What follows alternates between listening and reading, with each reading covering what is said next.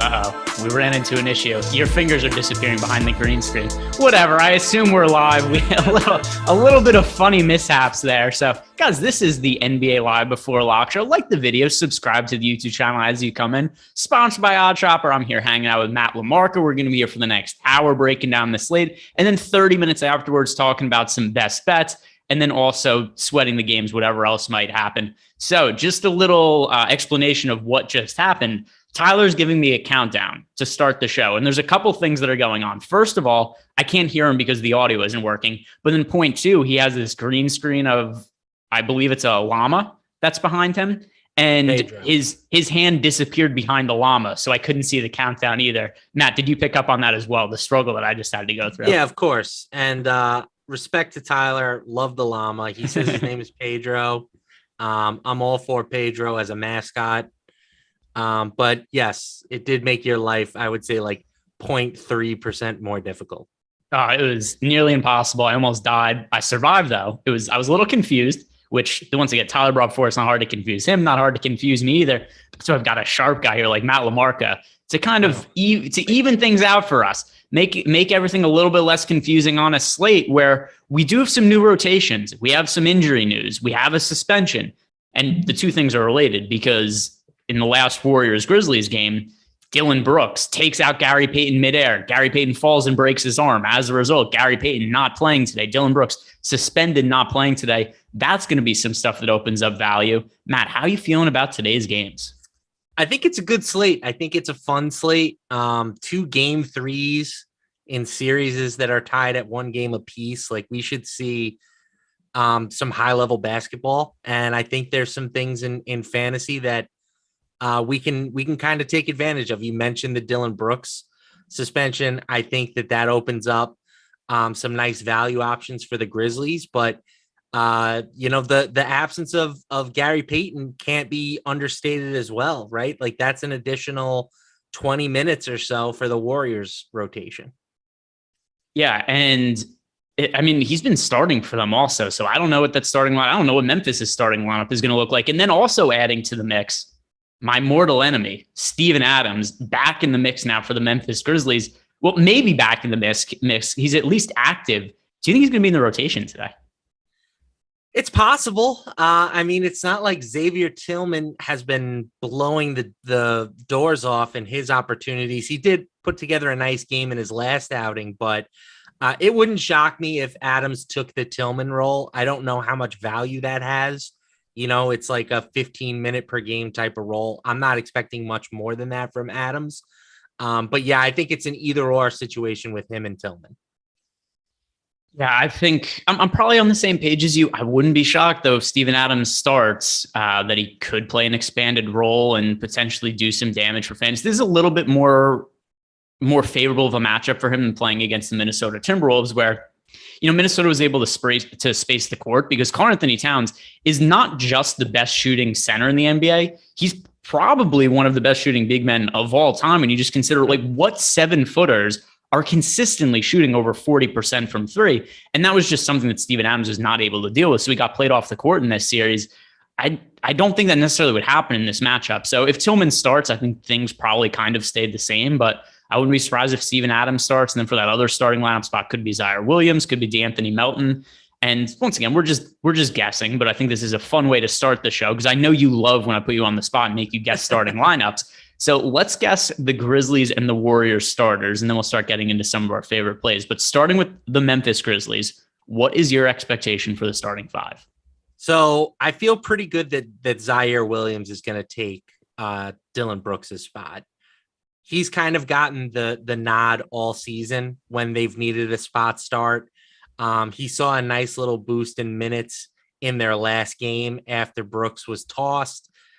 He finished with 28 minutes. I think he gets the start, which definitely puts him in play at 3,200 on DraftKings. Center, I think you kind of flip a coin between Tillman and Adams. But again, I'm a little less bullish on Adams than you, even if he does draw the start, just because I think Brandon Clark has like clearly solidified his minutes, right? Clark has to continue to play like 30 minutes per night. And as long as Triple J doesn't foul everything that moves, I mean, he fouled out in his last game, but he still played 28 plus minutes. That we'll take that, right? We'll take 28 plus from Jaren Jackson. So he just needs to not be an absolute disaster from a foul perspective. He can foul out in 28 minutes and we'll all be happy. I think Adams and Tillman, they're really competing for the same job, which is going to be a start, but around 15 minutes per game. So I'll give a slight edge to Adams just because he's the vet, but it's one of those two guys for me. Whichever one starts is the one that you should be interested in. So I've been ruminating on this all day. Just this is all I think about. I sit in my chair in my office, lay in bed. All I think about is what are the Memphis and Grizzlies starting lineup going to look like? Oh, the Memphis and the Warriors starting lineup going to look like in this game? And I've arrived at the same conclusion for you on Memphis. I think we see John Morant, Zaire Williams, Desmond Bane, Jaren Jackson Jr., and Steven Adams. I don't feel totally confident that it's going to be Steven Adams, nor am I totally confident he's going to play a lot of minutes, but I do think that's ultimately what they go with as the starting five. As for the Warriors, I think it's probably just Poole that starts in place of Gary Payton. But at the same time, too, if Steven Adams starts on the other side, they could go with Looney back at center. We've seen that starting lineup at times this year. It does seem like Steve Kerr prefers bringing Jordan Poole off the bench. So both these teams, Memphis and Golden State, I could see a number of ways they go with their starting lineup. But I do think the most likely scenarios are to see Jordan Poole start in place of Gary Payton. Who do you view as the starter in place of the Mitten? Yeah, I think Poole is the favorite, but I do think that the Warriors have a number of different options, right? It could be Looney, it could be Otto Porter, it could be Kuminga, right? The problem if they do go with Poole is they don't have a ton of defense out there, and John Morant has been a huge problem for them during this series. So it wouldn't shock me if they went with somebody like Kuminga, who gives them a bit more length defensively, a little bit more athleticism, just to try and slow down Ja a little bit. So that's a situation that I could see playing out in a number of different ways. But I do think, given how good Poole has looked, he's probably the favorite. Yeah, that's kind of where I'm at too. And then here's something else that I think Ryan Rinpack and I were talking about this when we did the NBA strategy show this morning, is I think something that could help the defense of the Warriors is attacking Ja Morant more on the offensive end. For this reason, they have not really made it an effort to attack Morant. And Morant is easily the weak link on defense for the Memphis Grizzlies. Like, I don't think there's any doubt about that. He's the weakest defender on the team, and he's obviously the engine of the offense. But one way I think you slow the offense down is make Morant work on defense. And so in a kind of roundabout way, I wonder if Jordan Poole's offense could help their defense just because you're going to keep Morant more busy on the defensive end. That's kind of a thought process I'm thinking at. Does that make any sense to you, or am I totally crazy?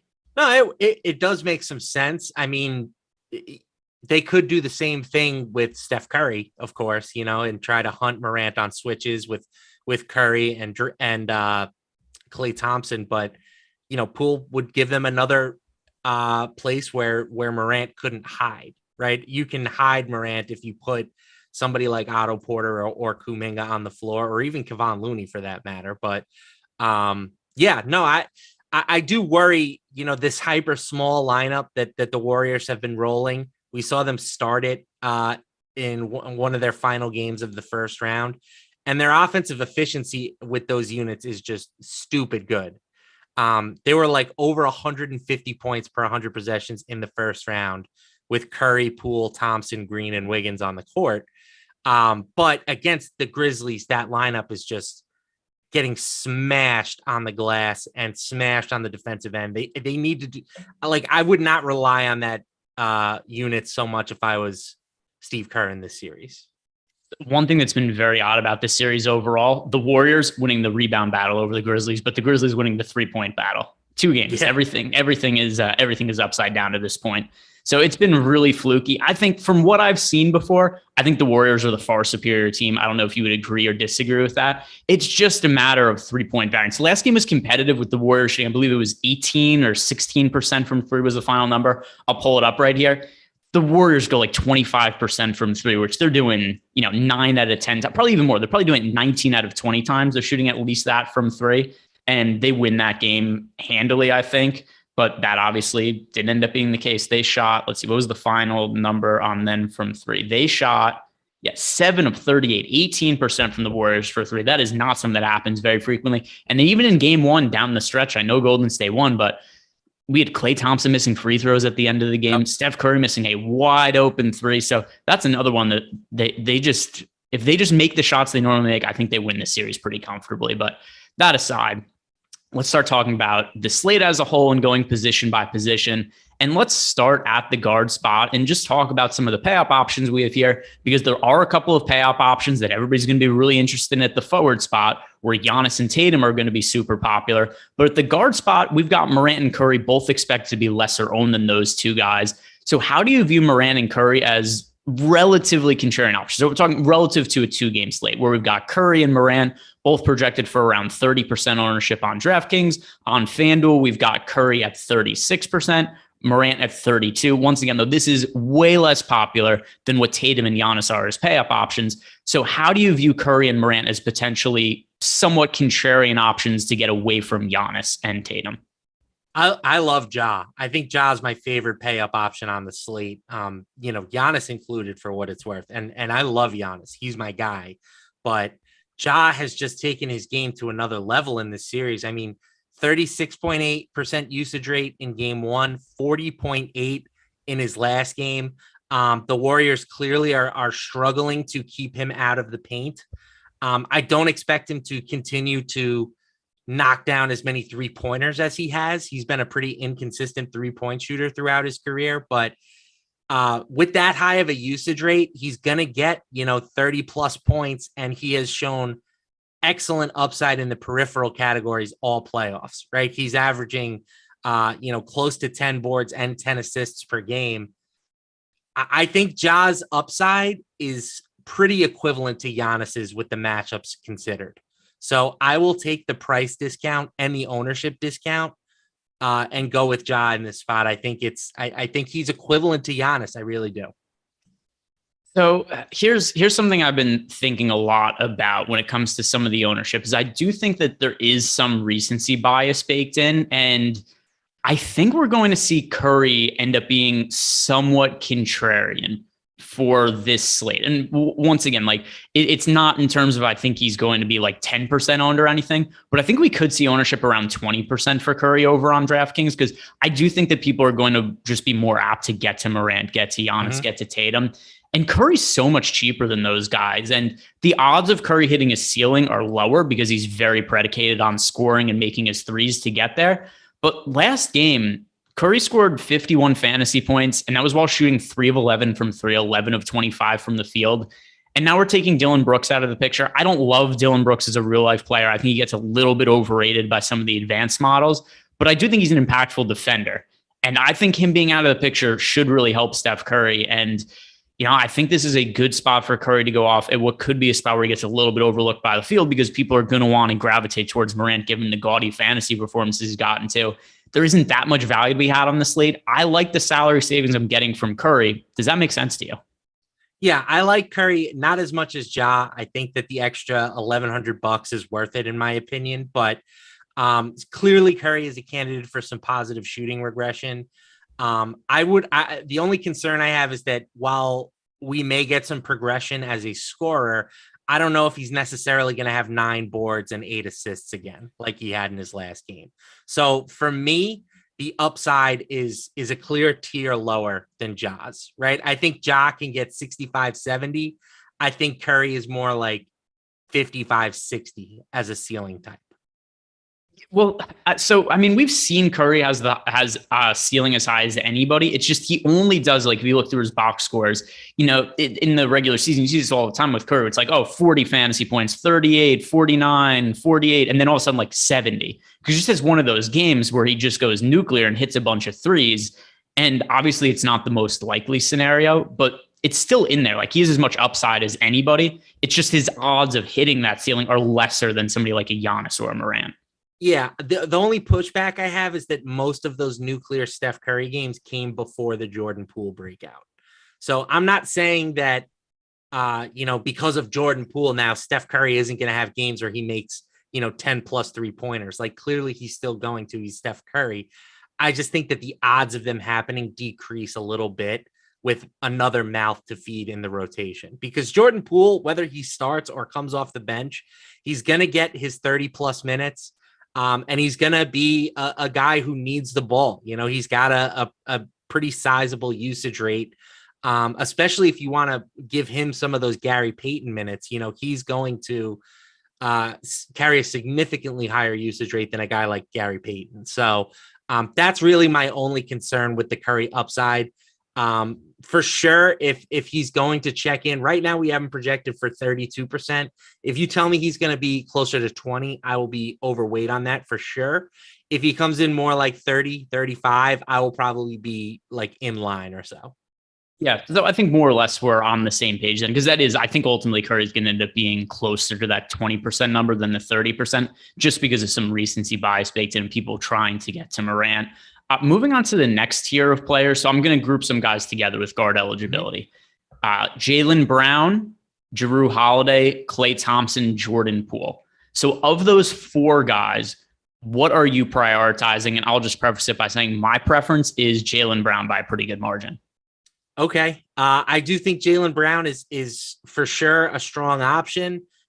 He had a very nice game in his last outing, but he, was 11 for 18 from the field, 6 for 10 from 3-point range. So I think he's another guy with some shooting regression coming, but he can survive some regression at only 8K, right? I'm going to give a slight edge to Jrue Holiday. It's a brutal matchup versus the Celtics. I don't feel comfortable playing basically anybody on the Bucks right now. That's how good this Celtics defense is, but we've seen it all year that when Middleton is out, Jrue Holiday is the biggest beneficiary from a usage perspective. His usage rate increases by about 5%. You want to give him 40 minutes or so in this matchup. I feel like I just feel a little bit safer with him. If you want to tell me Brown has a bit more upside, I can support that.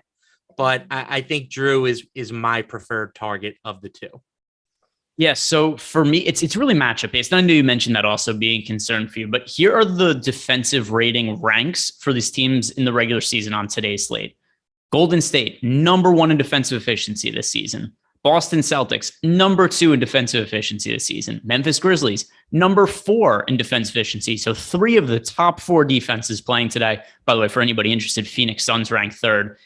The Milwaukee Bucks just had an average defense. They were 14th in defensive efficiency this year, and they're missing Chris Middleton, who's a plus defender.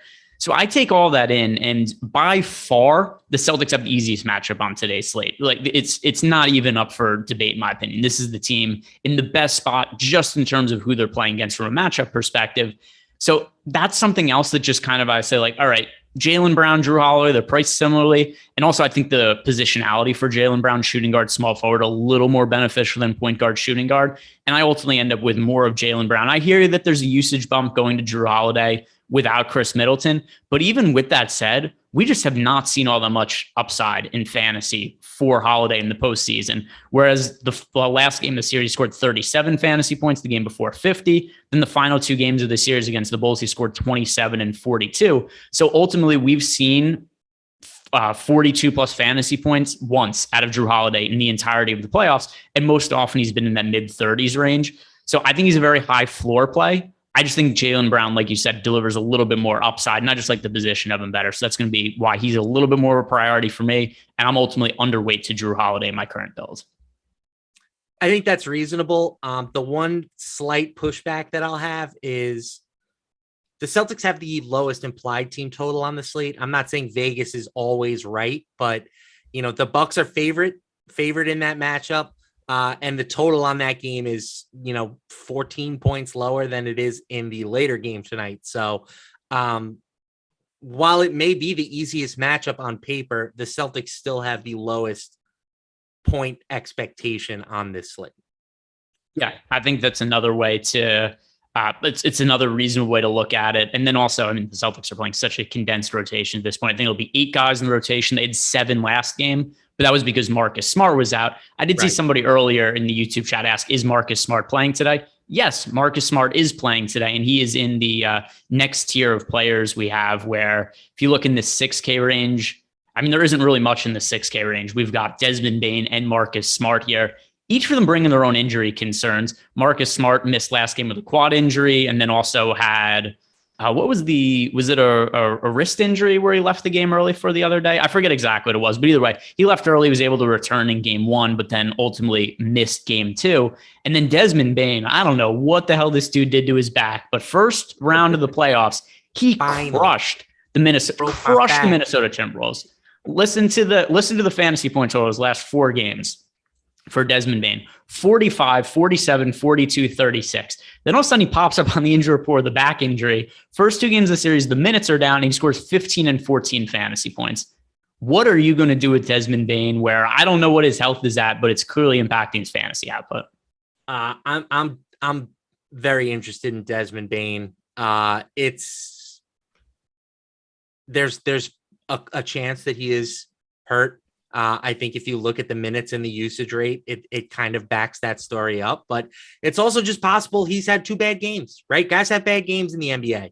I would like to see a little bit more scoring aggression from him, but if he does see a boost, be it either because he's feeling better today or Dillon Brooks being out for whatever reason, he can smash his current price tag. I mean, he's low on DraftKings at 6,400. He is a massive steal at 5,800 on FanDuel. He was priced above 7K just a few games ago. So I will buy low on him. I feel like that's a proven DFS strategy. You know, you buy low when others are afraid. And if Bane does regain his form in this matchup, he's going to be like a 7-8x type candidate. And then I think there's a couple different ways to talk about Desmond Bane. First, on DraftKings, 6,400 projected for 30% ownership. On FanDuel right now, though, we're looking at an uber chalky play in Desmond Bane. We're at 5,800. He is projected for north of 50% ownership, currently looking at 52.7%. When we look at that number for Desmond Bane and considering some of the back issues, are you most apt to be underweight to a chalky Bane, even with the field, or underweight? Once again, $5,800 and 52.7% projected ownership on FanDuel. Yeah, the ownership on FanDuel is definitely a bit concerning. I will probably be slightly underweight, but I will not have less than like 40%. I just think he's too cheap. Like he's just too cheap at this price tag. I mean, unless they come out and say he's going to be limited or whatever, it's hard for me not to like him at that price tag with Dillon Brooks out of the lineup. And I'll just hope for the best. If you wanted to fade him or go super underweight, I'm not saying there's no viability in that strategy. It's just not something that I'm particularly interested in right now. All right, so now let's talk about the chalkier, cheap value options. So when we get all the way down the pricing tier at guard, there's one man who, to me, stands above all the rest, and that is DeAnthony Melton. Melton as a chalk play has been a total headache over the last couple of years because there's times where you think Melton's going to play extended minutes, and then he ends up with like 16. There's times where all of a sudden, hey, everybody's back for the Grizzlies. Surely Melton's going to be out of the rotation. And then all of a sudden, oh, look, Melton played 28 minutes and scored 40 fantasy points at 3,800. So it's all over the place trying to predict this guy's minutes, but he played so well in the first couple of games of the series, and we're taking Dillon Brooks out of the picture now. Even if Melton doesn't start, I think he's going to be the first man off the bench, and he's a very good fantasy producer when he's on the court. I think he's going under-owned, particularly on DraftKings, where, once again, it's not that easy to find value today. He's 4,300, looking at increased playing time, sans Dillon Brooks, and only projected for 33% ownership. I think this guy should be the chalk of the slate as far as value options are concerned. Are you backing Melton as well? 100%. You hit the nail on the head. I mean, he's been playing 25 minutes per game in this series regardless. He's a fantasy point per minute type of guy. So if you want to give him a couple extra minutes in this game, it's very tough to avoid. I'm going to be overweight on him. I'm also going to be overweight on Tyus Jones. I think both guys are flying a bit too under the radar. I mean, Tyus Jones, not nearly in the same ballpark as Melton as far as like value plays, but Jones right now has a leverage rating of plus 8.3% on DraftKings. That is the best mark in the backcourt, right? So I want to have outs on both of those guys. I don't know if I will necessarily have exposure to both together. I think it's more of an either or for me, but I want to be overweight on both players. All right, let's hit on a super chat, then we'll try to see if there's any other value options or pivots we can make. But first, our guy Michael McKinney asking his normal FanDuel cash game question. So usually he likes to know who are 2 favorite pay-up options for FanDuel cash games and our 3 favorite value options. So, value gets a little muddled when we're on a 2-game slate because I think we would be a little more liberal with, somebody in like the 5 or 6K range, or whatever, being called a value. Like, I think Desmond Bane is a surefire value play we want in FanDuel cash games. And typically I would try to avoid somebody with some sort of injury that's been struggling with it in cash games. But when Bane's projecting from north of 50% ownership, I care less for cash games. So he'd be one value play I look at in FanDuel cash. Let's see, who would be the other ones for me? Hey, so I'm not going to do this necessarily in order, but these are 2 things that I think are easy for me. Value play Desmond Bane, pay up option, have to have Giannis in cash games. Yep. I absolutely have to have Giannis. And let's see, second favorite pay up option, cash games. I guess Morant, if you could fit him. I don't necessarily think you have to go Morant and Giannis in cash, but if you have the ability to fit Morant, I think that's the direction I would go. And then value plays, I think one on FanDuel should be Draymond Green at 6,500. I think one should be, like I said, Desmond Bane. And the other one... All right. So a third value option. I guess we could lump Klay Thompson in there as well as a value option at 6,200. Particularly with Gary Payton out, I think that means we'll probably have to get extended minutes out of Klay Thompson as long as he avoids foul trouble today. So that's where I'll go. I'll give Klay Thompson as my other value option. The difference with Melton on FanDuel versus DraftKings is he's 5,500 on FanDuel. That's much less desirable than the 4,300 price tag. But what would you go with? 3 favorite value options for FanDuel cash, and then 2 pay-ups. Yeah, the problem with FanDuel is that the cheap plays are much tougher to come by. Zaire Williams is 3,200 on DraftKings. He's 47 on FanDuel. That makes me kind of a little bit more inclined to play Tyus Jones over there. I'm not sure I would use him in a cash game, but he's 3,800, and I feel like he should see, a couple of extra minutes. If we can get him to 20 minutes or so, which he played in the last game, I feel pretty good that he can pay off a $3,800 price tag. And then Otto Porter at 4,100, I'm fine with him too, particularly if he starts. Those are the 2 cheap players that I feel the best about. I think that if we're talking just pure value, Bane is number 1. I think Brandon Clark at 5,600 is a nice value play. There's a pretty sizable pricing discrepancy, FanDuel versus DraftKings. And I'm with you on Klay Thompson, another guy with a huge price differential between FanDuel and DraftKings. So I would say those are the 3 best, just pure values, not including Giannis, who at 11K on FanDuel is just an absolute smash lock. He's $200 more expensive than Ja. Whatever misgivings you have about Giannis, they're completely mitigated by that price tag. Yeah, and I think something else we have to consider when it comes to Giannis is he's a little bit cheaper, at least on FanDuel, than he was for most of the regular season. Then on DraftKings, he's about the same price. Think how we would handle Chris Middleton being out in any regular season game. We would all just gravitate towards rostering Giannis and Jrue Holiday. Here's the difference, though. Jrue Holiday is somebody who's typically like in the high 6K, low 7K range in the regular season, and he's been priced up to the 8K range. Giannis is just the same price tag he normally is when Middleton's out there. So I think Giannis is somebody who's a very, very high priority, particularly on FanDuel at that salary. Let's get back to talking about some of the value plays at guard. We've already mentioned D'Anthony Melton and how he's somebody that you and I are both going to be prioritizing. But if you need to either make a pivot off of Melton, or if you just want to roster another cheap value guy, who's somebody else you might be looking at on DraftKings, and then we'll look at FanDuel separately after this. Yeah, I think Tyus is the ultimate pivot from Melton. And then I think you can look at some of these Bucks guys. Grayson Allen has been the best bet from just a minute standpoint. He's played 28 plus in basically 4 straight games.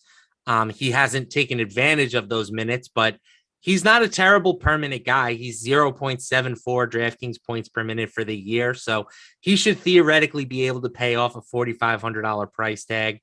If you wanted to pivot off of him, then I think you look at Wes Matthews, who plays plenty of minutes, but is just so bad. He is just terrible. I never want to roster him, but you kind of have to consider him at 3,500 when he's playing like 30 minutes per game.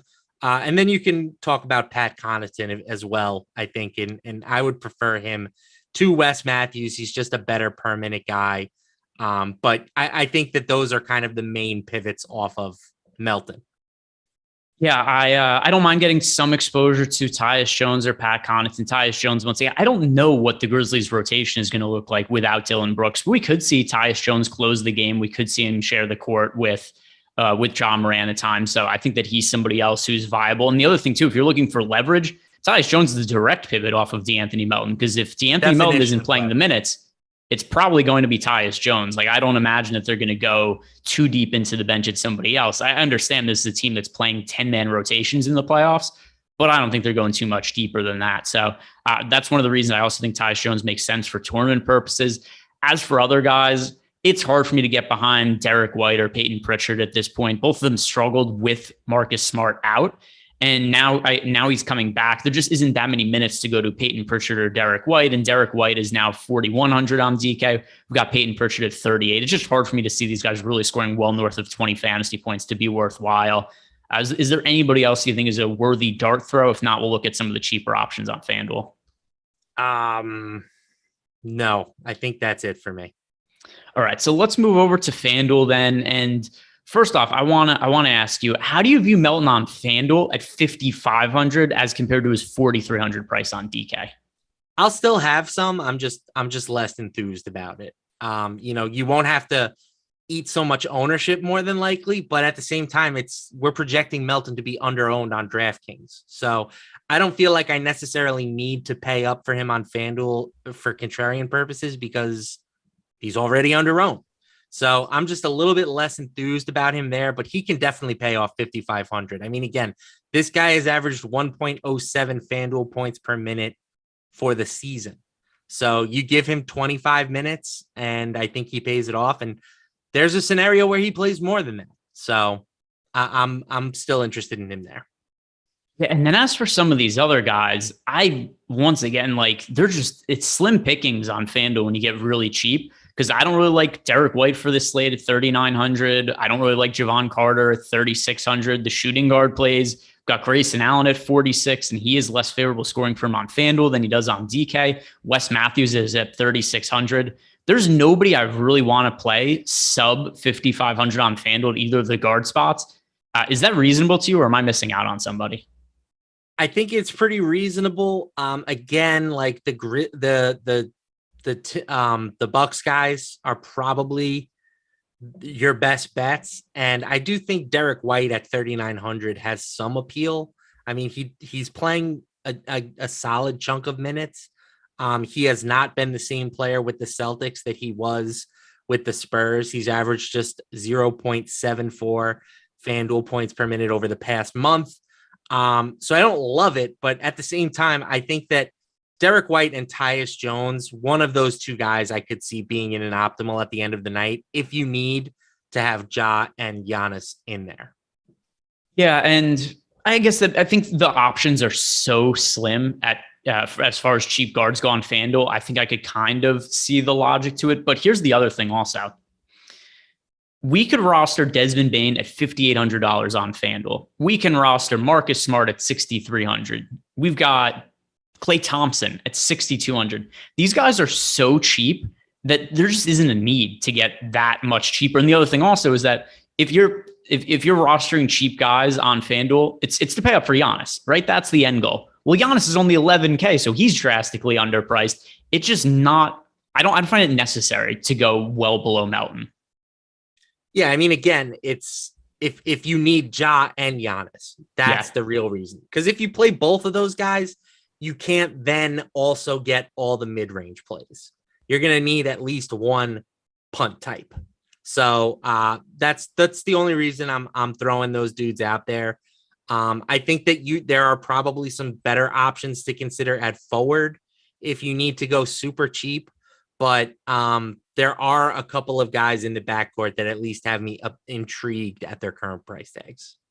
Got some people in the YouTube chat asking, is George Hill playing? Yes, but that does not make him viable. George Hill has been upgraded to probable. He's expected to have a minutes restriction if he plays, which I think is kind of funny because George Hill, like realistically, what's the most amount of minutes he would play anyway? It's not like this is a guy who normally plays 35 or 40 minutes.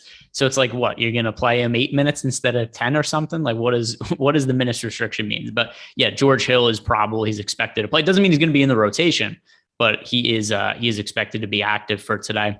We have a super chat from our guy, Jeff Williams. He wants to know, this is a 2v2 for a high dollar single entry GPP on DK. And he has also thanked us ahead of time here. Horford and Poole or Robert Williams and Jaylen Brown? I prefer Robert Williams and Jaylen Brown. How about you? For me, it's Horford and Poole. I think Al Horford might be the best play on the slate. It's hard because I've approached all these injury scenarios the same way, for better or worse. Joel Embiid last night, I thought he was somebody to go overweight to when the field wasn't really on him. Game 1, and that one didn't really go as well. Game 1 of the Suns Mavericks series, I thought it was a good spot to be overweight to Devin Booker because the field wasn't really on him in a significant way with him having the injury risk. And I'm looking at some of the comments that I've seen from Robert Williams and shows that I've done, over the course of the series and earlier. And I think people are just out on Robert Williams right now, and I don't think people should be out on Robert Williams. Number one, he's really good.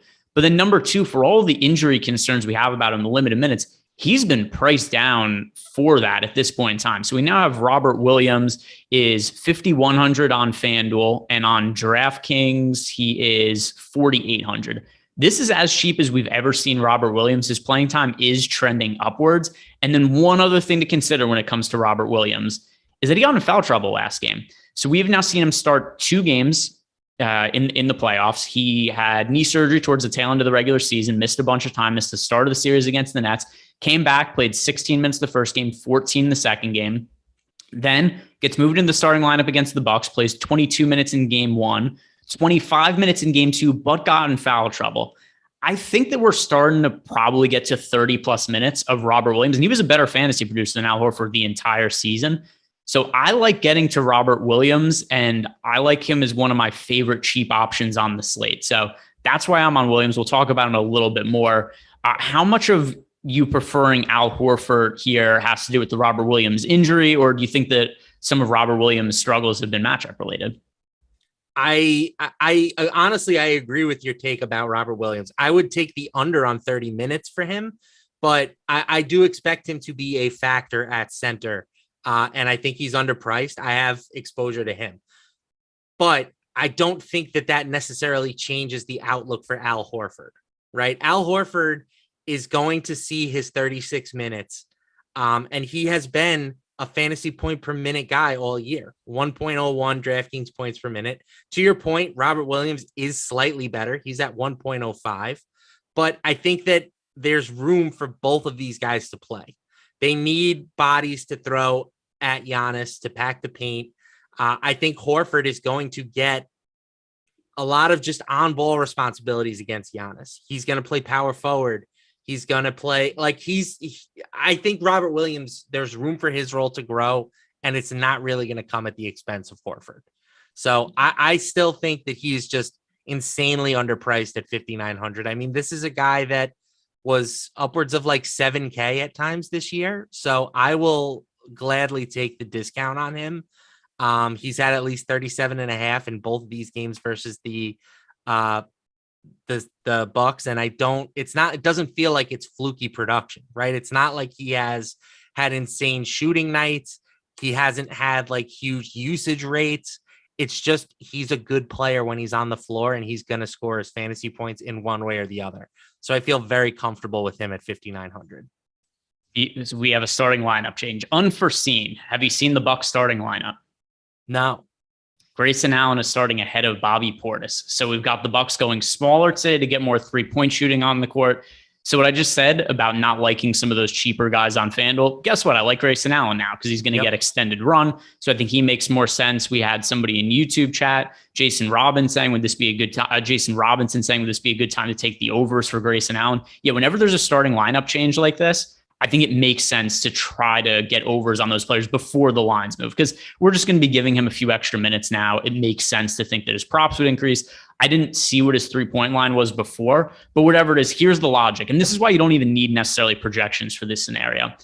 Grayson Allen was projected for a bench role where he was going to play, 26 minutes or whatever. Now he starts, we're giving him an extra, let's say 6 minutes. And I'm just using numbers here. He is now in a spot where we're expecting more playing time from him. As a result, all his props are a little bit too low because it was based on what his previous number was. So yeah, I think some of the overs here for Grayson Allen makes sense. And I think unders for Bobby Portis makes sense by the same merit, although the lines have probably been taken down and or moved by this point. But in general, just as an educational thing, that's what you guys should be doing in this scenario. But there we go. Grayson Allen starting. What do you make of that? I feel great about over 0.5 nut kicks for Grayson Allen today. I locked that one in early. Got lucky. He moved into the starting lineup. There we go. Sharp. Yeah, it definitely increases his value. I think that it makes sense from a matchup standpoint. The Lopez, Portis, Giannis combo, it's just not a great fit in this series against the Celtics. I think you needed more spacing. And Allen is probably their best spacer out of their, many options. Again, Wes Matthews, just fire him into the sun, please. I'm so done with Wes Matthews. So if it comes down to Grayson Allen and Pat Connaughton over him, yeah, that makes sense to me. Yeah. And I mean, now, because people are saying, well, Grayson Allen was already playing 28 minutes. Yeah, I think he plays like 32 to 34 now. I think he gets a handful of more minutes now based on him starting. And it's definitely the biggest downgrade for Bobby Portis. Yes, he's not somebody I was super overweight on, I would imagine, but Bobby Portis is somebody that has been pretty reliable for us all year at a $6K price tag. And I do not trust him at all now coming off the bench. Yep, I think we're totally on the same page there. And Grayson Allen was somebody I wasn't really considering before, and now I think he makes sense as a cheap option on both FanDuel and DraftKings. A little more favorable on DK because of the 3-point bonus, but for sure, I think that he's somebody to consider. And we've got also for the Bucks more floor spacing now. When you got Brook Lopez, Grayson Allen in that starting lineup alongside Giannis and Jrue Holiday, I do think this is a better look for their starting lineup because Bobby Portis is also a capable floor spacer, but it's fine with him coming off the bench. I mean, what I really would have preferred is if we would have just totally axed Wesley Matthews, like you said before, and just gone with Grayson Allen, Jrue Holiday, Bobby Portis, Giannis, Lopez, Portis, maybe something like that. I don't know, whatever it is, some combination where Wes Matthews isn't in the starting lineup. But once again, Grayson Allen, somebody I wasn't considering, does make sense now. Here's something else that makes sense you guys should be taking advantage of. You could get 7 days of Awesemo Plus Platinum for $7. That's 77% off our normal price. All you have to do is sign up using the promo code Luca, get access for basically every single DFS sport out there for, numerous tools, projections, all of that. Using the promo code Luca, that'll get you $7 for 7 days of Awesemo Plus Platinum. Let's move on to the forward position. And I felt like I had us paced really well. And then you get some of that news that pops in and it kind of off tracks us for a second. But when it comes to forwards, a lot of the guys that are high priority plays are also already guards that we've talked about, whether it's, Klay Thompson or Desmond Bane. But who are the high priority forwards for you today that we've not yet mentioned with guard eligibility? Yeah, we have to start with Giannis. And I'll be honest, I think that this is the rare slate where I will be underweight on Giannis on DraftKings, at least. On FanDuel, I'm gonna have oodles of him, but on DraftKings, considering the price differential between Giannis and Ja, or even if you wanted to go down to Steph, like there are legit concerns with how good the Celtics defense is, right? Giannis posted a 47% usage rate in his last game, and he finished with 51 DraftKings points. That's a little bit concerning, right? I mean, Giannis is a guy who is capable of succeeding against anyone, and I would not be surprised if he bounced back, but he's posted some pretty gaudy usage stats here to start this series, and it's not like he has had a dominant fantasy start. So I think that my money is just going to be, I'm going to get a little bit more return with Ja. So I will probably have somewhere around 30% of Giannis today. The field right now, we're expecting to be at 40%. I think I'm okay with being slightly underweight. Yeah, I am not going to be underweight to Giannis. He's my highest priority spend up option. So on FanDuel, he's 11,000. That's a really hard price point to stay away from. But either way, FanDuel and DraftKings, he's somebody that I like getting to a whole bunch. We've already talked about Jaylen Brown. He's somebody else that's kind of a high priority. We talk about the rest of the guys at the forward spot, though, particularly guys like Andrew Wiggins, Otto Porter, Draymond Green, the Warriors guys. Who else do you get to? Because I do think any of these Golden State guys could end up playing a bigger role because of the absence of Gary Payton. And I know a lot of people will think like, well, what does Gary Payton have to do with Otto Porter or Andrew Wiggins? Well, the Warriors might just play bigger lineups, and then any of these guys could play 2 to 4 extra minutes. And when, DFS NBA is so pricing sensitive, if you're giving somebody who scores 1.1 fantasy point per minute an extra 2 to 4 minutes, 2 to 4 extra fantasy points means a pretty big deal. So I think that Wiggins, Porter, Draymond, these are all guys I want to be overweight to the field. Do you see it the same way? Yeah, I like the Warriors role players. Porter is the guy I have the most of. I also have some Kuminga. Draymond, I have probably a bit more than usual, but his pricing at 6,800 when I can get Jaren Jackson at 63, I'm finding it hard to click his name.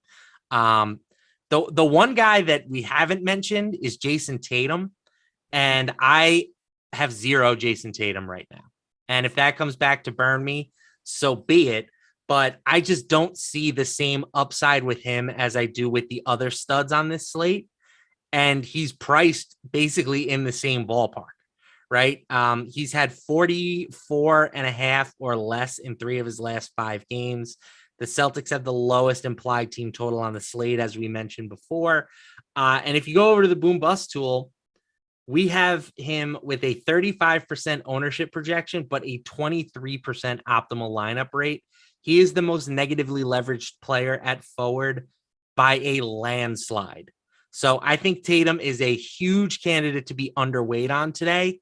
If you don't want to full fade him, I'm okay with that, but I would seriously consider being heavily underweight. Yeah, so here's the way we see the Milwaukee Bucks play defense a lot. They will take the ball out of the hands of the other team's best players and just let the role players beat them. And if the role players hit threes, so be it. The Bucks will just flat out lose that game, and they will live with the results. This is how we've seen them defend other teams during the Mike Budenholzer era. So as a result, for the season, 31% usage rate for Jason Tatum. So far in the 2 games of this series, 28 and 26%. Those are not insignificant numbers, but it's a little bit of a downtick to what we normally see from Jason Tatum. So for that reason, I'm not outright fading him, but I prefer Giannis, I prefer Morant, I prefer Curry, and Tatum is 4th for me. I prefer getting to Jaylen Brown as the go-to guy for the Celtics more than I like Tatum. I also like getting to Robert Williams. I like getting to just other players on Boston more, which ultimately it's going to pinch Jason Tatum for me to off. Somebody played Tatum and said like, oh, I can't, it's fine. If you have Tatum in your lineup, I don't say you have to rebuild it. For me personally, though, he's just 4th amongst the priority list of spend up options for me. So I think we're on the same page there. There's just other guys to get to at the high end that I think are higher priorities than Tatum. What are you doing with the other forwards? I know you mentioned you really like Al Horford. We've also got the Memphis guys, Brandon Clark and Jaren Jackson Jr. We've got Zaire Williams hanging around for cheap. What else is standing out to you? Yeah, this is another reason why I'm a little bit underweight on Giannis, is because I think that this middle tier of forward is really strong.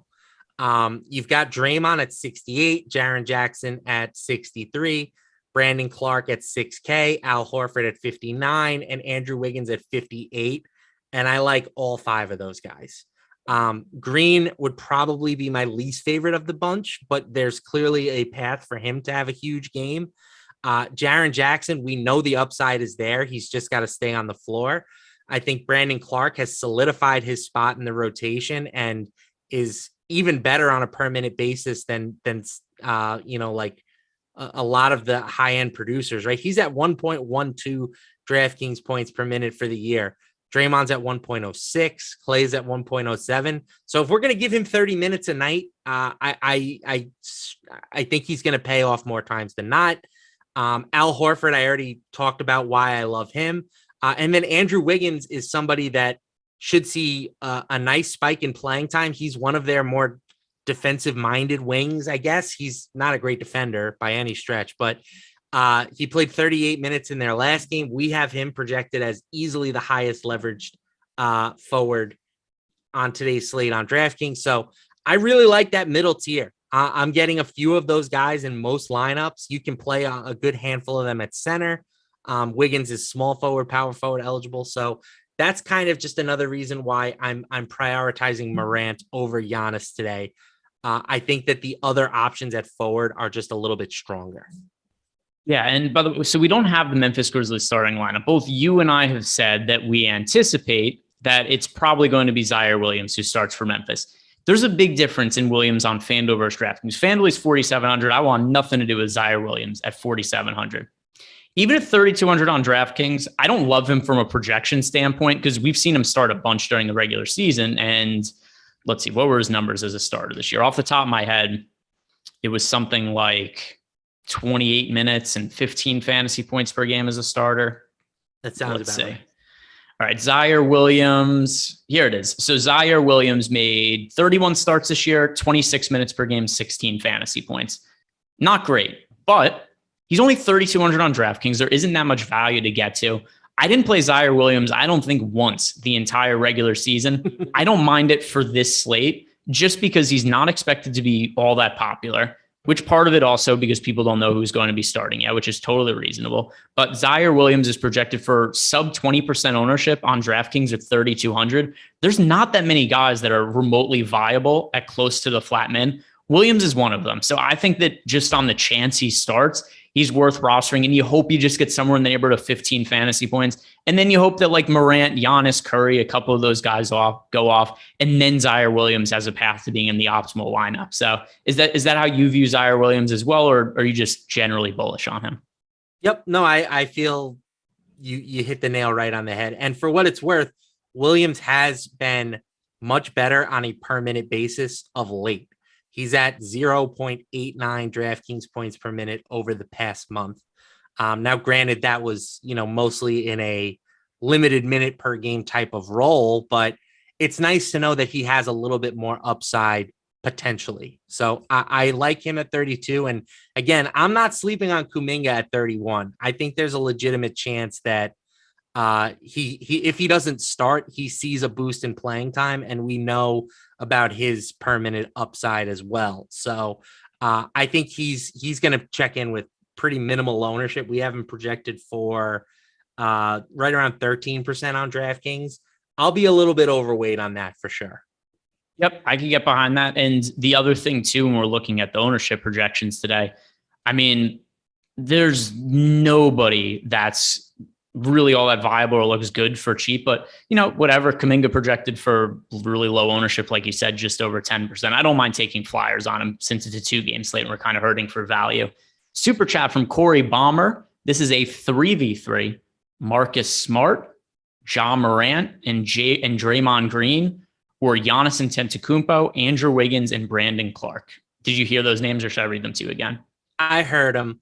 I will take the second one.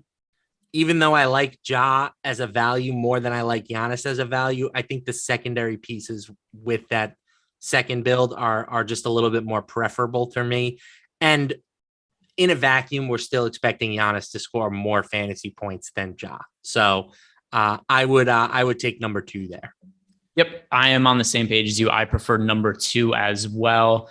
Let's get to the centers now and just who are the centers that you're getting the most exposure to? A lot of these guys, once again, we've already talked about. Draymond Green, Robert Williams, Al Horford, Brandon Clark, you've mentioned. But who are the highest priority players with center eligibility? Yeah, for me, Jaren Jackson is number 1. Well, I guess Al Horford is number 1. Jaren Jackson is number 2. Brandon Clark, Robert Williams, and then Brook Lopez. That's pretty much my my list at center. I do have some Draymond. I'm a little bit underweight on Draymond, but Brook Lopez is really like the guy that I think I'm going to be the most overweight on. Not that I have a ton of him, but I just don't think a lot of people are going to play him tonight. So he was so unexpectedly quiet in the last game. He had a 5% usage rate. He shot the ball 2 times. He's averaged over 10 field goal attempts per game this season in like 22 minutes per game. I would not expect another 2 field goal attempt performance. So I think he's a nice contrarian option at the position. But, certainly Robert Williams is also viable for only $200 more. I just think the ownership difference between the two players, like I'll have a good bit of both.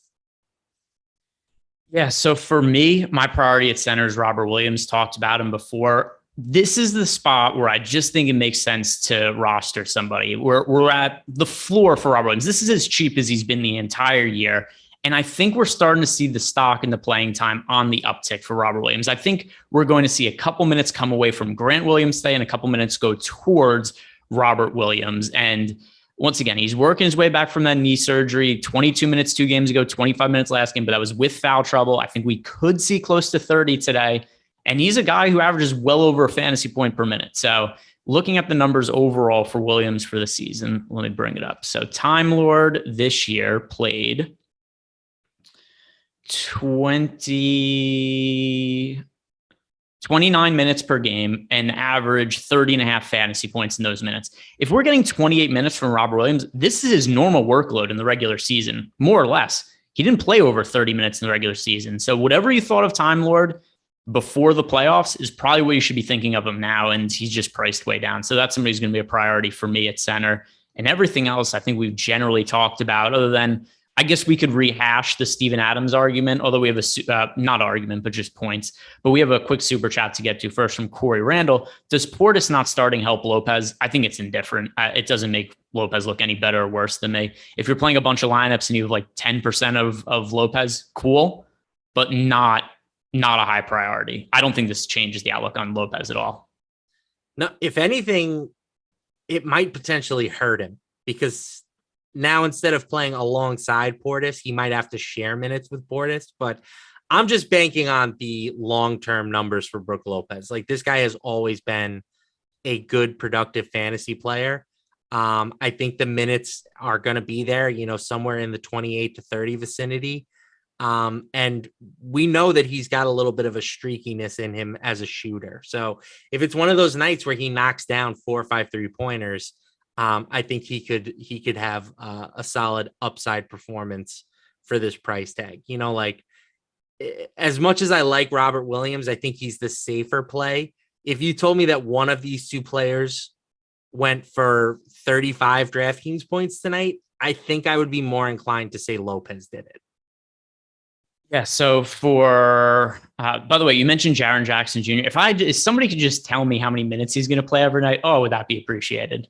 The upside is apparent. And I mean, there's been when he was super low owned, I like getting to Jaren Jackson Jr. And I still think he's in play, but it's not like before when we were getting him at, like 15% ownership or anything like that. He's over 20 on DraftKings. FanDuel, we've got Triple J projected for 20, although he's also all the way up to $7,100 now on FanDuel. I still think he's a steal, dude. I mean, he had probably the worst game you'll ever get out of him in his last showing. He was 3 for 14 from the field and 2 for 7 from 3. And he still had 27.25 DraftKings points in 28 minutes and change. Like if he has a normal shooting night, he's easily into the 30s. And we know the upside with him is just crazy. I think anytime you can get him sub 7K, he's a player to be overweight on. We have a quick super chat here from Jeff Williams. This was right as we're getting a lock. So this isn't really going to be an actionable answer, but he wants to know, does Allen starting help Connaughton as well? Maybe Portis plays backup center minutes and back up to Giannis. I mean, I think that's what Portis's role is going to be. It's indifferent for Pat Connaughton, though. I don't think this changes the starting lineup change. A couple more minutes to Grayson Allen, a couple less minutes to Bobby Portis. That's really it. Like, I don't think there's some sort of trickle down effect where we're totally revamping other players in the Bucks rotation. Like, is there anybody else do you think is really impacted by the starting lineup change? No, I think you hit the nail pretty much on the head. I mean, Connaughton is somebody that I have exposure to, but he's a dart throw, right? He's one of those guys that you sprinkle him in a couple lineups, and if he hits, it's found money. It's not something that you're expecting him to play well. All right, let's check out on some ownership as the game's about to start. First, I want to ask you this question. Tip off. What time do you believe the game will tip?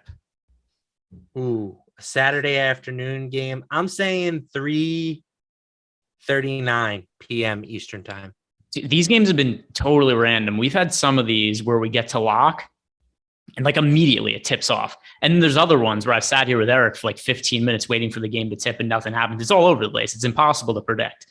But one thing that we do know now, I mean, ownership generally kind of hard to predict, but less so after the game has started. And I could just pull up the contest and see where everybody's at. So that's what I'm doing right now. Here's a game that Eric and I have been playing that I kind of like doing. Don't look at the ownership yet. I'm going to make you guess what it is. All right. Pulling up some of these. So I'm just going to pull up the $20 on DK. See what we have while the data loads. So the first game that's tipping off at some point soon is the Boston Celtics and the Milwaukee Bucks. First, as this loads, my computer's really slow to load this information right now. Who do you think wins this game? I'm on the Bucks today. All right. We're taking opposing sides. I didn't bet. I just have Celtics futures. I don't have this one game individually, but I have futures on both teams. Right. And I do think that whoever wins this game ultimately wins the East, or wins this series, wins the East. I don't have a great feel one way or the other, but I do think that game 3 being back in Milwaukee, I'm giving a slight edge to the Bucks. What numbers do you have on the Celtics? The Celtics, I got at 20-1. I know that's, significantly less than what you got them at, but I still feel like that's a very good number compared to where they are currently. For sure. I mean, I can't say I regret it because I have the Celtics at 60-1, but I do regret not adding more after the fact. Like as they were starting to dip, I feel like I should have added more, but either way, I'm pretty happy with what I have. Oh, by the way, you got a really nice message in the YouTube chat, which I'm going to read to you. This is from S. Uzer. Matt, that's you, Matt. I do not see you here very often. Wanted to say I enjoy your picks and theories. Thank you. Got a new fan there in S. Uzer. S. Uzer, I appreciate you, man. All right. Ownership projections. So first I want to ask you, where do you think Grayson Allen ended up coming in on the $20 on DK? So kind of late news with him moving into the starting lineup. Where do you think his ownership ended? I'm going to say between 25 and 30%. 23. Pretty close. Okay. Pretty close. You guessed a little high, but we'll give you had 25, 23, whatever. Giannis. I think that Giannis is going to be, we had him projected for 43. I do think that there are people out there like me who are a little bit skeptical of him. I'm going to say 45% for Giannis. 47. That's a good guess. Close there again. All right. The big men, Robert Williams, Al Horford. Where do you think they ended up? Al, we only had projected for 31. I'm going to say he went over that because he's just been too good. I'm going to say Al Horford was around 40%. Al Horford is the most popular player in this game, 50% ownership. 49.4 to be exact, but he's the most popular. Time Lord ended up being fairly popular too, 37.9%. I thought Brown was going to end up being the most popular. He ended up being 35% on DK. So Brown, people ended up getting off of him after the big game. So my theory in the playoffs has been that people are doing more box score watching and they're just playing whoever was good in the last game. Not the case because Jaylen Brown, 35% owned. Once again, that's not insignificant, but it's less than what you would have expected, or at least I expected for a 2-game slate. Here's one other one that I want to ask you about. Grant Williams. I hope it's a big number because it's not a good play, but I'm going to say Grant Williams was about 19%. 27.4. Yeah, that's too much. That's too much one where that's very much predicated on some recency bias when it comes to him. People were all over that. What was Tatum at? We had him projected for 35%, but it would not shock me if he was under 30. 18. Whoa. People did not play Jason Tatum. You know, it's funny. The initial build I did when I was just kind of running my projections and being like, let's see if I don't make any rules and just run it as is. I got to 18% of Jason Tatum when I just ran it. And that's the number I ended up being. So yeah, the one that I am going to be actively rooting against here is Grant Williams, who I don't know what to make of Grant Williams because he was terrible the entire regular season and the postseason started. And he's like, I make all of my jump shots now. But from a fantasy perspective, he sucked in the regular season. We never got any production out of Grant Williams. Not the case anymore. I got to imagine you ended up underweight on Al Horford as well. Yeah, 50%. That's aggressive. If I had known it, I would have toned down mine. I'm at about 55%, so I'm not nearly as overweight as I thought I was going to be. Let's see. This is an ABC game, Bucks Celtics. All right. So we've got that. We're waiting for the game to tip off. Eventually it will.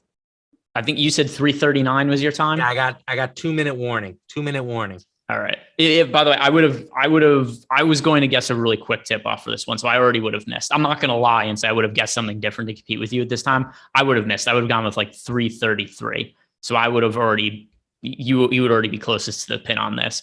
But while we're waiting for the game to tip, we're going to go over to Odd Shop. We're going to try some bets. So try to find some bets that we like. But also, while we're doing that, don't forget, guys, that you could check out our Best Bets Discord channel, which if you click on the link in the description box below, you'll find information about it. Head on over to our Discord channel. It's $25 a week. You get access to guys like Ben Rasa, Alex Baker, Steve Buzzard. They've been posting bets in there. We're tracking all the results. Last I looked, I think it was up something like 20 units since we started it like 6 weeks ago. So it pays for itself if you've been tailing those guys and making the picks. And that's all you have to do is just tail their bets. But you could also check out Odd Shopper, where we are also posting some projections here. And this is also, it's based on our NBA projections, and we've got ROI here. We've got expected win percentage. And also we are going to have up on the site pretty soon some of just the results we've had so far. I just had it sent to me, results for the entire season of the bets. And they were pretty successful over the course of the season. It was like thousands of bets that were tracked. So it was a lot of sample size there.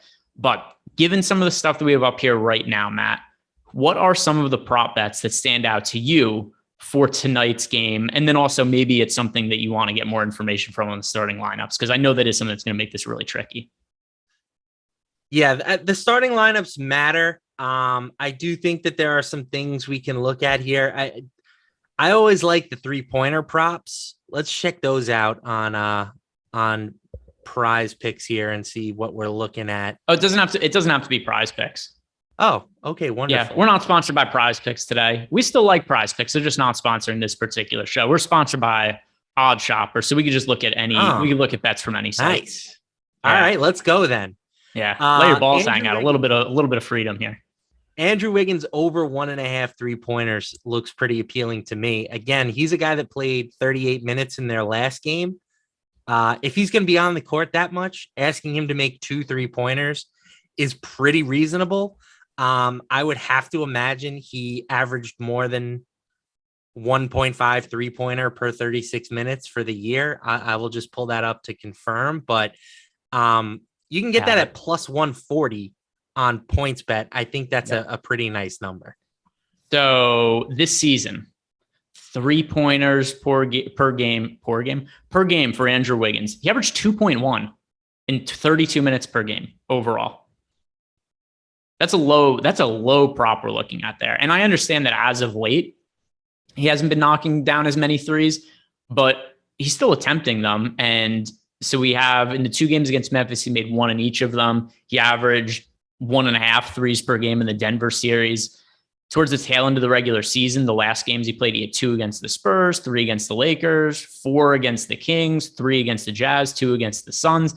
There was some extra usage because Curry was out, but either way, like we said, he averaged over 2 threes per game in the regular season. Now we have a 1.5 mark that's plus 140 on the over. So I think this is kind of close to a coin flip bet, but the key is they're getting significant plus money on a coin flip. Right. So I'm with you. Another one that we've rated out pretty well here is Desmond Bane over rebounds. What would you do with Desmond Bane? Because once again, the projection looks good, but we have the injury concerns as well. Yeah, I would feel pretty good getting this number at better than even money. Bane is not a guy that you think of as like a great rebounder. He averaged 4.4 boards per game this season. But the nice thing is that his rebound numbers shouldn't be ultimately all that affected by his injury, right? If he is hurt, he can still be out there getting rebounds. He had 6 boards in his last game. So I get why this number is grading out well. I think, again, it's probably similar to the Wiggins prop, right? Like I would give this like roughly a 50% expected win rate. But when you're getting it at better than even money, that makes sense. So here's what I'm trying to find. I'm trying to find some of the alternate rebound lines for Desmond Bane. This was the same thing I felt last night with Joel Embiid, where I don't know how healthy he is. So I didn't just want to bet his points prop as is, but I felt the alternate lines made sense. Now, did they hit? No, but I was able to get, it was plus 255 on over 30 fantasy, on over 30 real life points for Joel Embiid.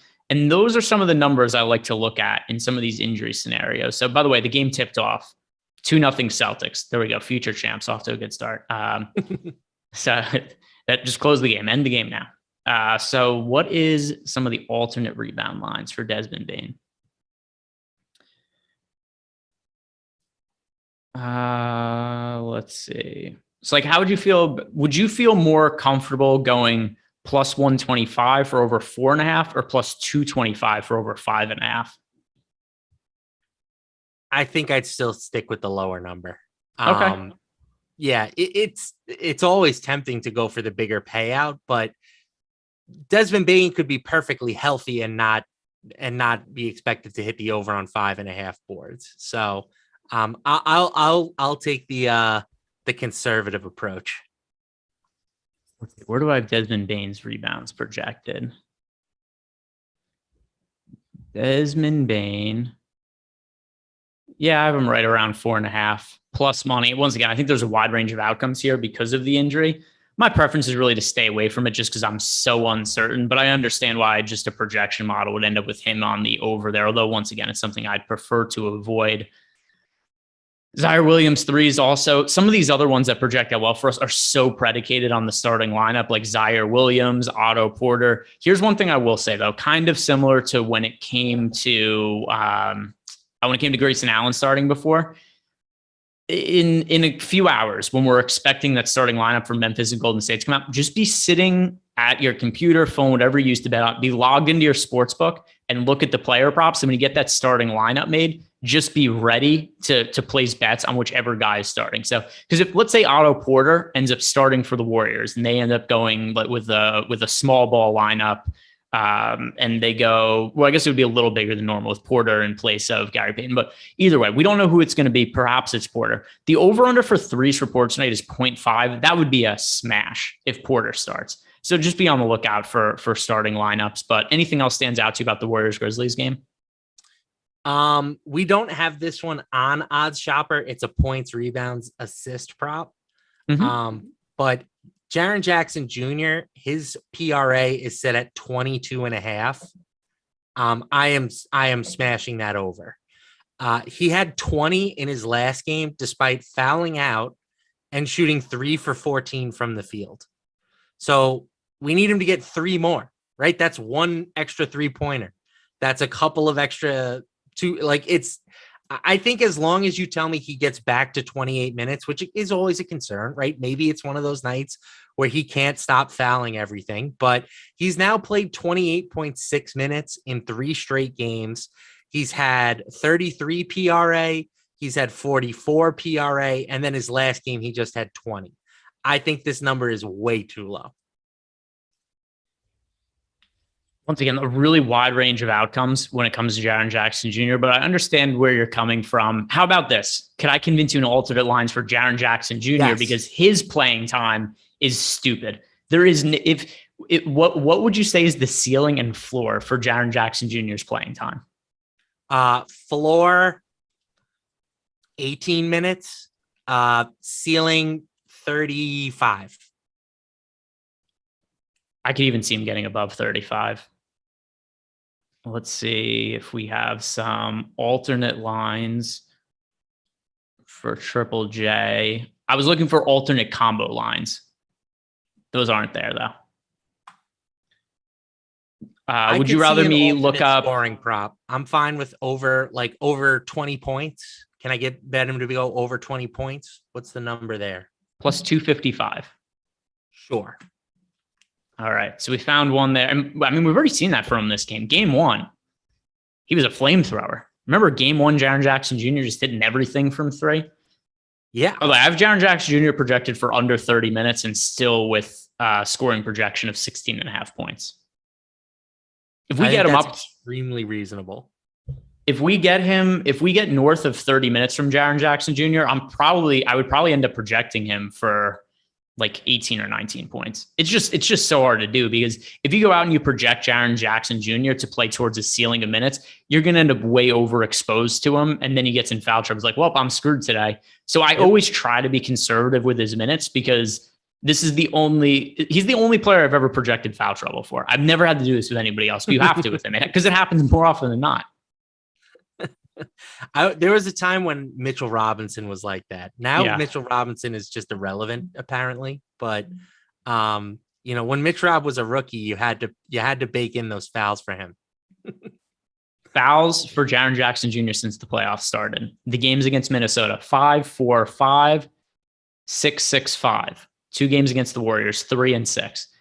He has had at least 5 personal fouls in all but 2 playoff games this year. And some of he's not played very many minutes. He fouled out in 17 and a half minutes in game 5 against the Timberwolves. That's impressive stuff. Like, that's hard to do. It's true. It's true. My man is a virtuoso in the foul game. All right. Let's start by looking at the early results of this game. Oh, baby. Time Lord. We are 4 minutes in. Robert Williams, 4 points, 1 rebound, 1 assist. He just went to the bench because he has that. He usually plays the first 4 minutes. Then Grant Williams checks in, so he's out. Brooke Lopez is off to a good start. Lopez, 4 points, 2 boards, and an assist. Wes Matthews, 0 stats. Grayson Allen, he's off to a slow start, just 0 points, 2 rebounds. Giannis, 4 points, a rebound, and an assist. So in this game to this point, only 4 players have scored. Robert Williams, Jason Tatum, Brooke Lopez, Giannis. No points for anybody else. Those are all the guys on the board. We did just get a little barrage there. My man, Al Horford, I believe, knocked down a triple. Nice. All right. So let me pull up let's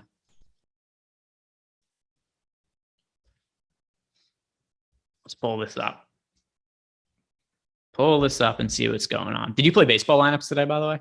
I did not. Too much NBA focus. Yeah, I understand. How good is Clayton Kershaw now? Kershaw just back at the peak of his game. 7 shutout innings against the Cubs today. 1.8 ERA. Good to see him healthy. Let's see. So the NBA game, I'm trying to pull up because I don't want to just stream it on my computer because I've gotten a little laggy on some recent shows when I've done it. But here we go. So I'm just pulling up the ESPN box score. 11-11 we've got as the score right now. And you mentioned Al Horford's been getting going. He's now the leading scorer, tied with Giannis, 5 points for each of them. Other guys right now that are relevant. Time Lord got a stat correction. He got a block added to his box score. There you go.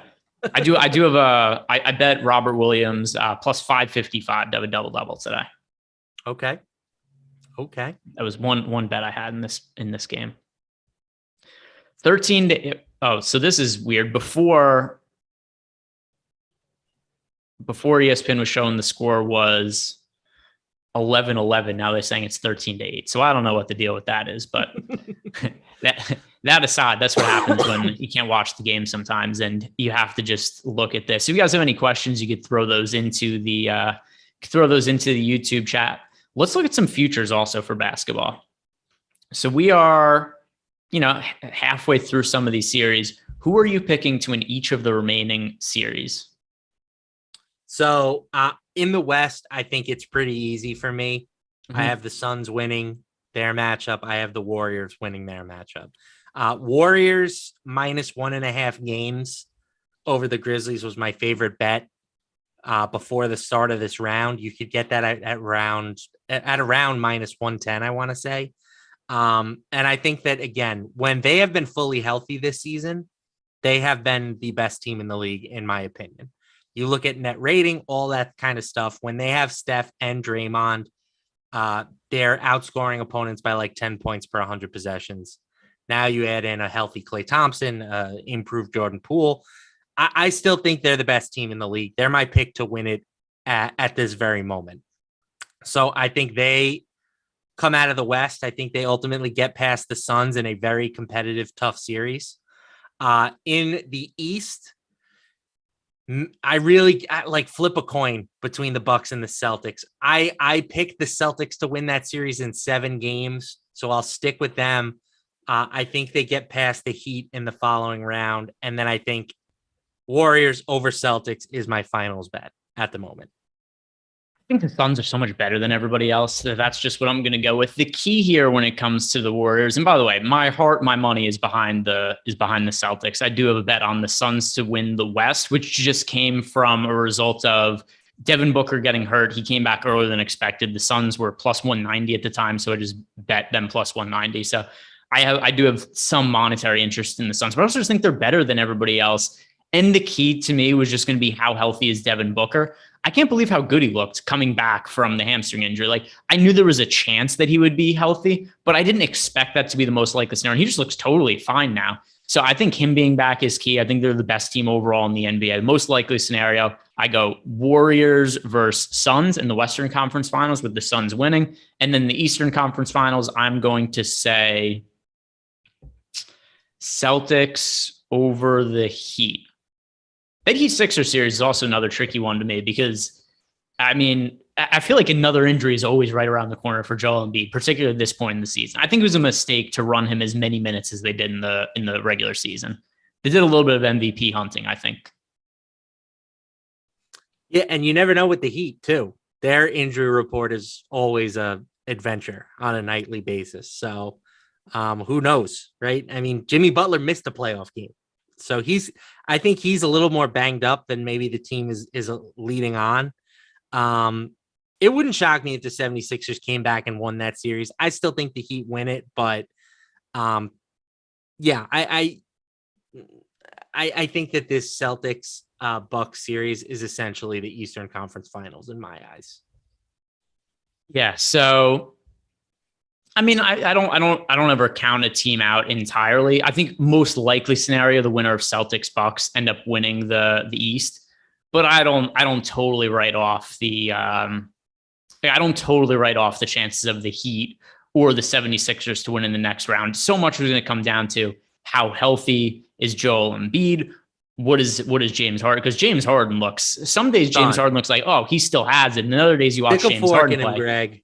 It's so weird. He's a really hard guy for me to get a pulse on. He looked pretty good last game in the first half. He's on the downswing. I think that's probably the most reasonable take. Yeah, he might be like their 4th best player. No, he's not. He's their 2nd best player. You think Maxey and Harris are both better than him? Or yeah, they might be. They might be. They also might not be. Zero on defense. He can't score anymore. You know, like, I don't know. I am kind of trolling a little bit, but I have come full. I thought that was a heist for the 76ers when they traded for him. They gave up a guy who was never going to play for them again. And by the way, he never played for the Nets either this season. I thought that it was larceny. And looking back, I'm like, they might have been better off keeping Seth Curry. It was such a good floor spacer for them. Yeah, it was kind of a wash of a trade. I think it was not only was it a wash of a trade, it was one that just didn't really like. It's one that I think it increased the upside of the 76ers, but I don't think it really made that much of a difference. Like, I don't think they'd be anywhere different without making that trade. The Nets probably would have gone further in the playoffs if they still had Harden, because it would have helped them.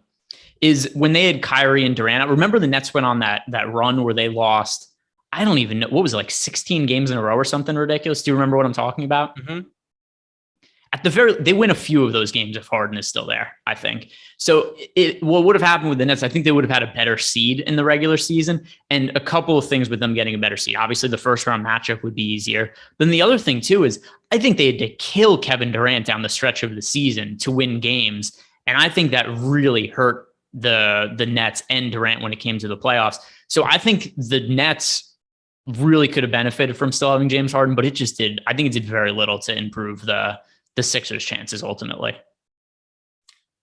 One thing that I think is interesting, do you think that the quote unquote big threes, do you think that they have become overrated in basketball? Like, for a while, it felt like you kind of needed one if you wanted to contend for a title.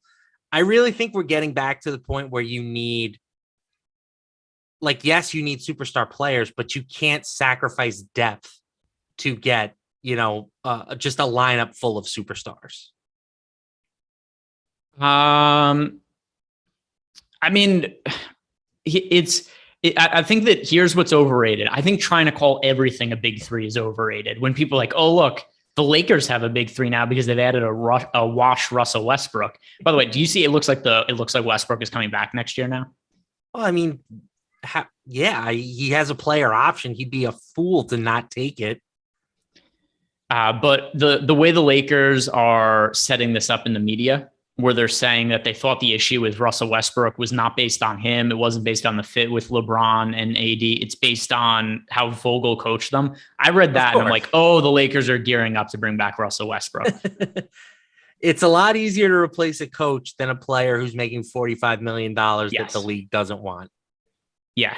And I mean, they had a trade on the table. If you remember at the deadline, it was Russell Westbrook for John Wall, but the Lakers also would have had to attach a first round pick to it. And they were like, no, we're not doing this. I mean, I just don't think there's that much market for Russell Westbrook. It only takes one team to be like, hey, we'll take on his salary, give us some future draft consideration also. But maybe the Lakers just bring him back. I think Russell Westbrook and John Wall should be contractually obligated to be traded for each other every season. But here's the issue. I like the concept. Here's the issue though. Then they only get to play on the same two teams and they just go back and forth every year. They just go back and forth between the Rockets and Lakers. Fair point.